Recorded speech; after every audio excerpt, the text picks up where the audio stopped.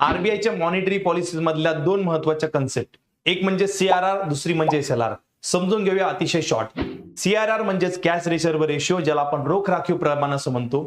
मित्रांनो, प्रत्येक व्यापारी बँकेला आपल्या एकूण ठेवीच्या काही प्रमाणात रक्कम ही आरबीआय कडे रोख स्वरूपात ठेवावी लागते, ज्याला आपण सीआरआर असं म्हणतो. उदाहरणार्थ, सीआरआरचा दर जर 4% असेल तर एकूण ठेवींच्या 4% रक्कम ही व्यापारी बँकेला आरबीआय कडे ठेवावी लागणार आणि सीआरआर आरबीआय ऍक्ट 1934 अंतर्गत येतो. दुसरा मुद्दा आहे ज्याला आपण स्टॅट्युटरी लिक्विडिटी रेशिओ म्हणजेच वैधानिक तरलता प्रमाण असं म्हणतो.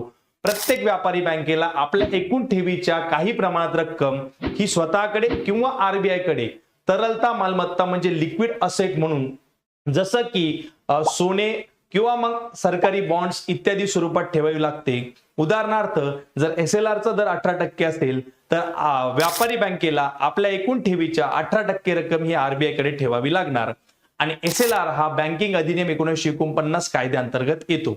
अशाच नवनवीन शॉर्टसाठी तुम्ही व्हिडिओला लाईक करा आणि चॅनलला सबस्क्राईब करा. धन्यवाद.